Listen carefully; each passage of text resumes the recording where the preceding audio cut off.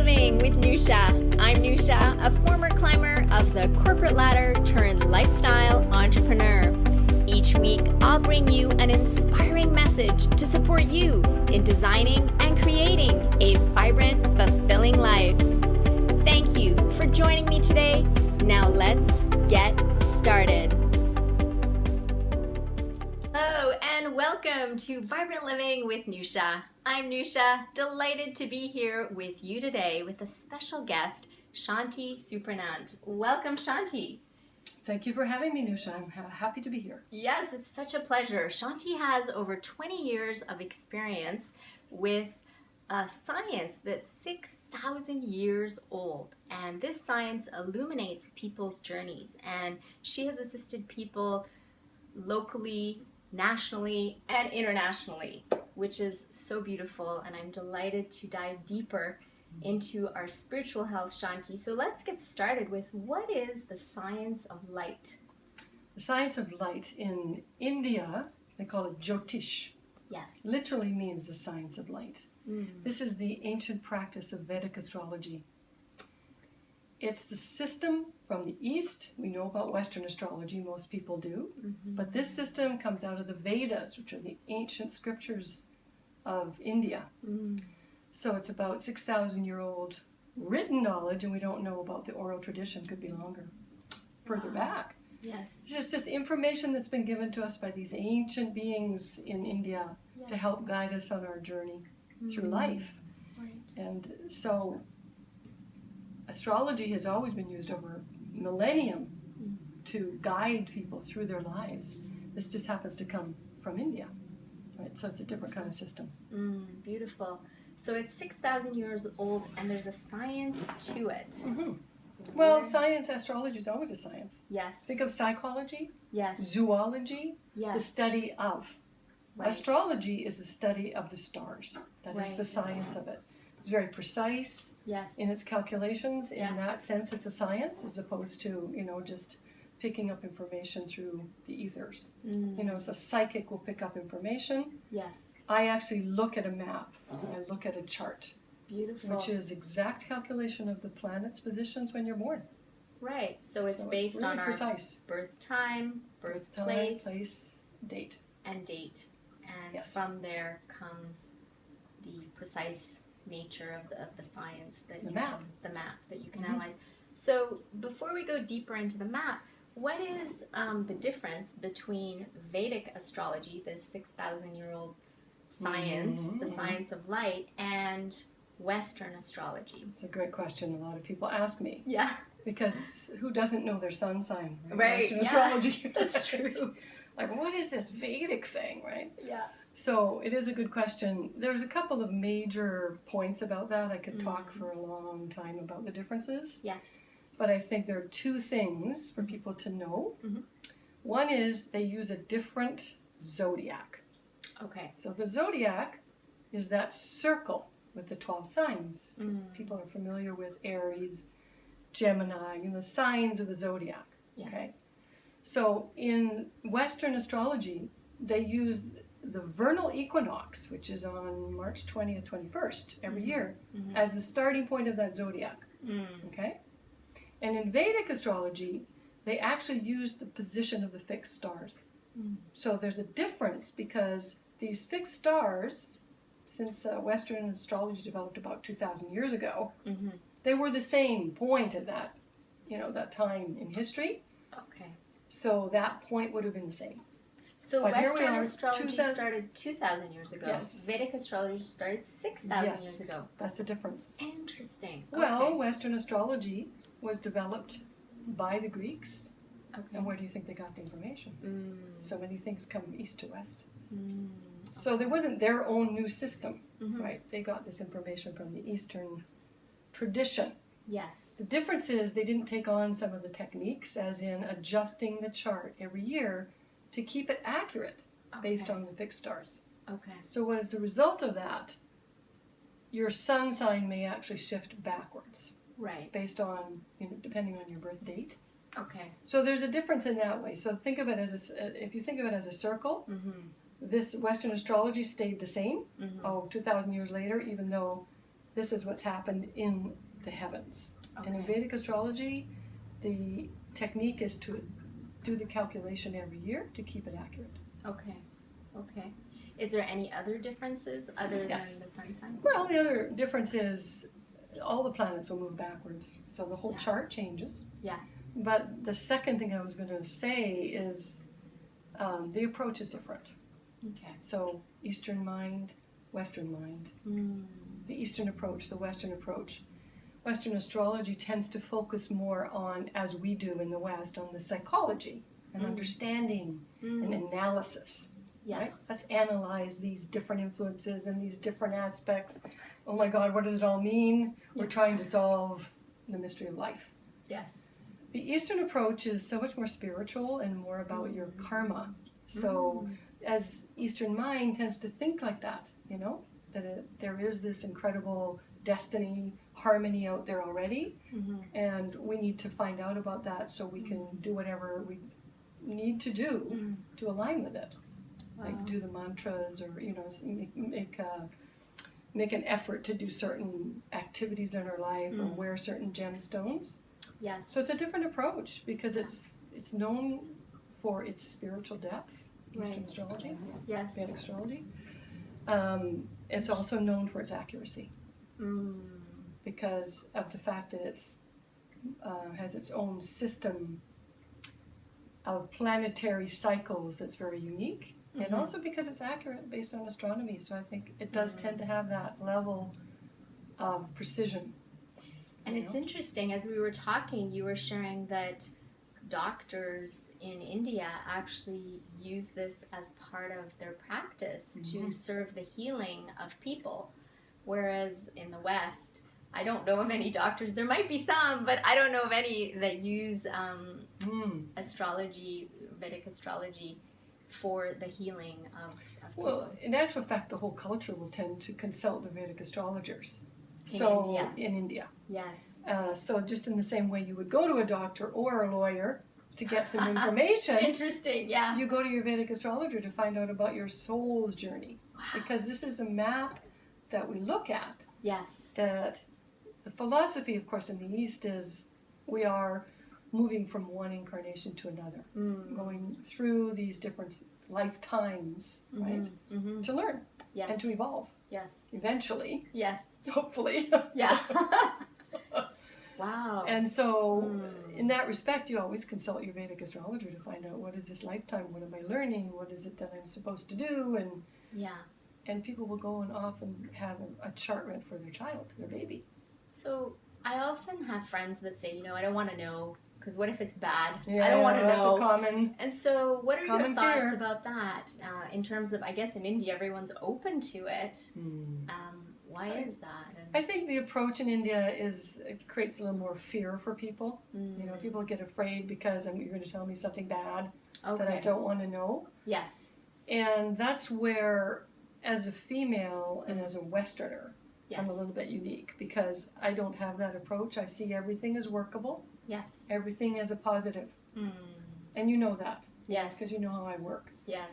And so I think people will get scared because they're afraid, due to past experiences perhaps, that I'm going to hear something that I don't want to hear, and it's going to then stay in my mind and create something that's negative. So it's really my commitment at a deep level to not create more fear for anyone, because we don't need that. Right. And I use this map to help understand the energies that are playing out in your life. So you empower people versus with That's them my in a state of intention, fear. So intention is to empower, yes. So that they're aware. It's like going on a trip to I don't know where, let's say California, but we've never been there and we don't know the journey. And what I see your work as is it's really illuminating the signposts and the journey ahead and showing us the map of how we can get there versus not having a map and just driving along and hoping that we eventually get to California somehow, and it could be very stressful if we're not aware. It's easier when you have a map. It's easier when you have a map. So your work basically brings light to the map. Well, I think the map makes it easier, like you said. You can get to the destination. Yes. You might flounder your way, but eventually you'll probably make it. Or you can do it with more ease, which is what the chart can bring, understanding the chart. Yes. The light that comes in, why is it called Jyotish? Why is it called science of light? Because the whole idea is to bring light into your life. So enlightenment is a big term in India. You've heard this. Yes. I mean, everyone knows this is important. Yeah. So the idea, I think, is to become enlightened about your lifetime.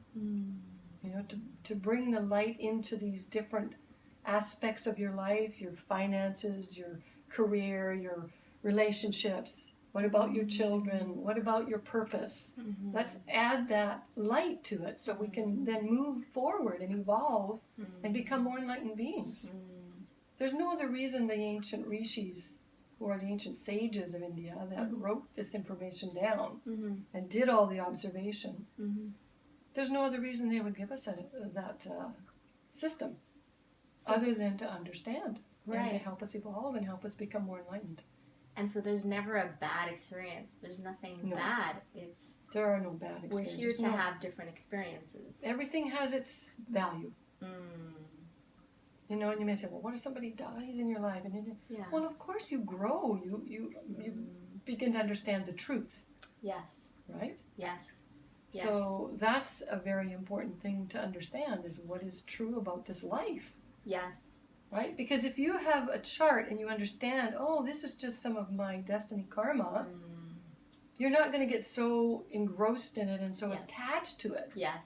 You're going to be able to step back and see the forest for the trees. Beautiful. Trees, That's been my experience working with you, is to see the forest from the trees and not get stuck on a particular thing that has happened. That's going on in here. That's going on in the Western mind of analysis.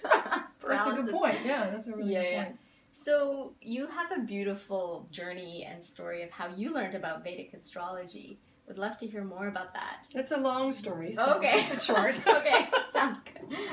I've always been interested in astrology ever since I was very young. I just started studying. Yes. And Western, of course.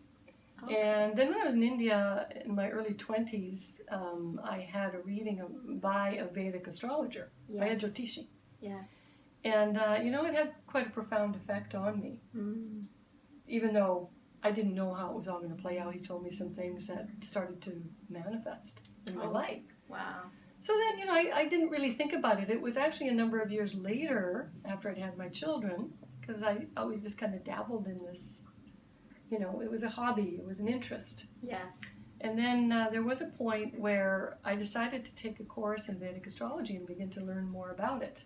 Because I thought, you know what? It's based on something that's a little more real. I could see it. It's hands-on. It's telling me the sun was in a different sign than my Western chart. So I want to know more about this. Okay. So I was very fortunate that I was able to study with a man, Dennis Flaherty is his name, and he was involved with what's called the Council of Vedic Astrologers in North America. Yes. They're based out of Sedona. Okay. It's an organization that is amazing. They provide certification. They do symposiums all over North America to help people learn Vedic astrology. So I was fortunate because Dennis got me involved with that organization. I was able to do some exchanges and, do the staff work and then get the courses. So everything was given to me. Wow. I didn't really ever have to go out and find it as much as it came to me. That was my experience. And this organization is very integral. They develop the certification program. They bring in Vedic astrologers from India and also Western Vedic astrologers to do the teaching. Beautiful. And 3 years of being involved with that and studying, and then I got certified. And once I had that, yes, I said, well, now I guess I better start practicing it because it was given to me. Wow. It wasn't something I actually had to go and had to pursue as much as grace came in, that feeling of, here, this is what you should be doing now. So then I just started doing it. So beautiful. Built up my practice over the last 20 years. Yes. And it's been a solid practice, and This is why it's such a joy to share it with all the listeners of Vibrant Living with Nousha. And it's interesting because as you were sharing your first experience having your reading done, you were kind of thrown off by some of the things that were shared. What are your thoughts about someone gives you information, it's like this self-fulfilling prophecy, or but then as you share your story, you're like, things just started to come through for me. And was that part of your map, really? Or was it a self-fulfilling prophecy? I mean, when I look back and I understand my own chart, yes, I know why it happened when it did. Okay. Because it was absolutely my destiny to step into this work. But of course I didn't know that when I was in India. And I think what my experience there, because it was a male Vedic astrologer, yes, and because he did leave me with some feelings of, it was good, but it was always a little bit like ominous feeling, you know, yes, and I've heard that from so many people. And I think that was part of why I decided to study it and really understand it in the beginning. When I met Dennis, I didn't really know that it was going to lead to my professional interesting, development as much as it did. Yeah. But, you know, once I understood and I realized there's nothing negative here. This is all positive. Why are people being told these things? And then, like you said, then you can actually almost create that. Yeah. You think, oh, that's going to happen. That's a whole other subject, right? Yes. Of what we can create or not create. Yes. I won't go there. Yes. However, I think it's important to know what the energies are that are coming from these beings, these planets that are part of our solar system. Right. We wouldn't have life without the sun. Right. Yeah. Like, who do we think we really are here, you know? Yes. We are given life through the sun. We are given support through this whole perfectly balanced solar system. We're on a round Earth. We're not on a square Earth. Yes. It's round. Yeah. You know, there's some symmetry to all of this. And so what I see is this is all a positive then. We can work with these energies even though they may seem harsh sometimes. Yes. Harsh things happen in our life. Yes. So it's also my commitment not to just tell people everything's going to be great. I wouldn't have a business if I did that. Yes. Yeah. But I think it's about getting to your personal truth and your personal journey and what is the alignment for you in this life. Beautiful, because we were speaking and you were sharing that your intention is really to assist people to align with the truth. And it's such a beautiful and powerful statement. And I'd love to go a little bit deeper with that in terms of assisting people to align with truth and what is meant by truth. Well, everyone's truth is unique. Yes. So the truth with a capital T. Yeah. Which means the ultimate truth for you. Right? Getting to that, because I think a lot of us live in a place throughout life and we're like, oh, there's just something that I'm not doing. I can't get to. I can't seem to find it. That's your truth. Your truth, if you're living in it, that's going to be fulfilling. That's going to fulfill your soul, the journey of the soul, the purpose of the soul, the reason you came into a body, based on the philosophy of ancient India. So the map of your journey is the chart. So this could be your truth as the map. The map reveals the truth. It's going to give me information about your soul's journey in this life and what is your truth. So that's the alignment with the truth is, the word alignment I use because that's what it is. Yes. So, you know, when there's a radio station, you can be a little bit off and it's going to sound like really staticky and like, okay, I can't hear it, I can't hear it. Well, as soon as you adjust it, what happens? It's clear. Like, it's clear, you can hear it. You enjoy it. You get the information, you feel uplifted or whatever, inspired by that. Yes. So that's what you want to know in your life, is how to attune to that. And at birth, they said, you know, the matrix is there. This is a little bit more of a way of quantum physics. There is this energy matrix that's always here in every moment. Right? Yes. It exists in every moment. Yes. Okay. So think of, that's the imprint when you're born. Right. Your body is embodying that. For the rest of your life, based on the time, the date, and the location in which you were born, how the planets were configured. Yeah. Then here is, and so it's interesting because we have this map, yet we forget about it. We don't even know we have it. Yeah. Well, that's the whole crazy, purpose isn't it? It's It's interesting. I don't think we're meant to necessarily remember that because, Okay. We're born to go through certain experiences. But then, you have these wonderful traditional ancient sciences that can help you get through life. So beautiful. I mean, what would we do without some of these sciences like psychology? In the West, we really put a lot of emphasis on that, right? So in the East, they put the emphasis on this kind of knowledge because it'll help you align with your soul's purpose, your truth. So this is really interesting because it makes me think of the saying that Wayne Dyer used, which is, we're spiritual beings having a human experience. Ah, yes. That's interesting because that's similar to a phrase that I often use with people. Yeah. As a reminder, is that we are actually a soul having a human experience. You know how often people will say, well, I have a soul. Right?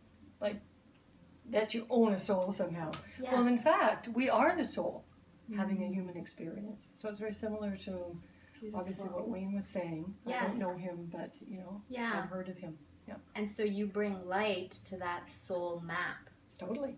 That's the whole purpose of the chart, is to bring light to the journey of the soul in this life. And hopefully bring joy and understanding. Yes. Because if you understand, you're less afraid. Yeah. You understand, you're less reactive. You'll have less tendency to worry. Yes. You should think, oh, well, someone else may be doing that, but this is what my soul is aligned with right now. This is my truth. This is what I'm meant to do. There's so much more acceptance, I think, that people will feel, through the readings in their life and what they're doing in their life. Yes. In their life's journey. And you also provide tools, which I love, in terms of, we know affirmations. We talk about affirmations, and what you provide are mantras and gemstones that will be healing to us and our journey, which I think is so beautiful because it's empowering. It's empowering. So Shanti, I'm curious, what is the process for those people listening who are on the edge of their seats thinking, I would love to work with Shanti? What is the process, and how does someone get into the process? The process is you could look at my website. You can see more about the services and the fees, and email me or phone me, either one. And I will. And by the way, I'm gonna have Shanti on Vibrant Living Service Partners. She's on NoushaBehbahanian.com, where you also have a special offer for our listeners, which is very generous. So thank you very much. And once someone says yes and they choose to do that, then I get their information. I set up the chart. We set up a time. We set up an appointment. And I am offering a discount to the listeners of this show. Awesome. On the life reading specifically. Okay. Okay. And the life reading. That's the initial session. That's where you would start. Okay. Which is the overview of this life. Yes. So it covers all kinds of things, looking at your finances, your career, your health, your relationships, your spiritual life, your children. All of those things come up in the life reading, but it also includes what's going on now. It's not just focused on that, but this is the place to start because I'm getting to know you through the chart. Beautiful. And then people will often come back and work with me, when it feels right. Yeah. Every 6 months, every year. Beautiful. For relationships, there's lots of ways that you can use this great tool. Yes.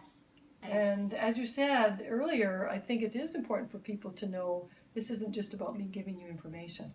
This is hopefully about me bringing light to what you intuitively already have a sense of, but can't necessarily describe. Yes. And also giving you some tools to work with. So if you are having a difficult time, you can say, well, that's great, but what do I do? Yes. There's things you can do according to the ancients. You can wear certain gems. You can use certain sound vibration. You can, have certain rituals to do that will help you feel, okay, that's going to at least bring some support and help through this challenging time. Aligned. Yeah. Alignment. Or to bring in more, alignment. Or to bring in more of something in your life. Is there a particular gemstone that will help you in your relationships if you're having a hard time with that? Yes. In this life, maybe that is what you're really learning about. Yes. For one person, it might be that, and for someone else, it might be of how to be a mother.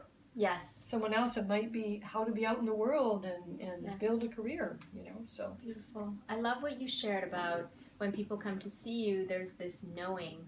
So you're really reflecting back this knowing. And I've worked with you and I've shared your work with a lot of friends in my circle, and they have had that experience that when they come see you, it's really a confirmation wonderful. of a knowing that's already there. So it's not like a big surprise when you do the reading for people. What it provides is just more light as to, oh, okay, yes, this is what's happening. Or That's why I feel that. That's why I particular feel way, that, right? yeah. It's very So common for beautiful. people to walk out of my office with that statement. It's like, yeah. well, you've just really confirmed these Yeah. things that I already knew. It's like, that's great. Yeah, and we can sometimes doubt our experience and Yes. think, is there something wrong? Am I going The right? The mind begins gets to in doubt the it way. all. Right. What is the biggest obstacle in our life, do you think? Yeah, the The mind. Yeah. According to the ancient masters of the Yeah. world, all of them will tell you that. Mm. Go here, because this will just get you in trouble. Master. So if anything, we need this to help understand, to help us get to our heart, right? Beautiful. And that's my intention with my work. So beautiful. Thank you so much, Shanti, You're welcome. for your time, You're welcome. the work that you do. And again, Shanti has a very generous offer, and you can find that on NoushaBehbahanian.com. She's one of our Vibrant Living community service partners. And thank you again. Wonderful. And thank you for forming this wonderful community. I think that's great work you're doing. I'm proud of you. Thank you. Thank you. Okay, everyone. It's such a pleasure to be here with you today. And until next time, be vibrant, be bright. It's your birthright. Now, let's go out there and shine our light.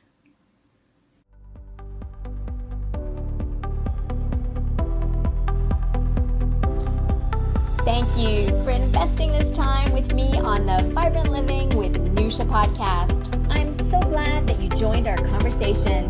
If you would take 2 minutes to positively impact someone's life by sharing this episode, that would be wonderful.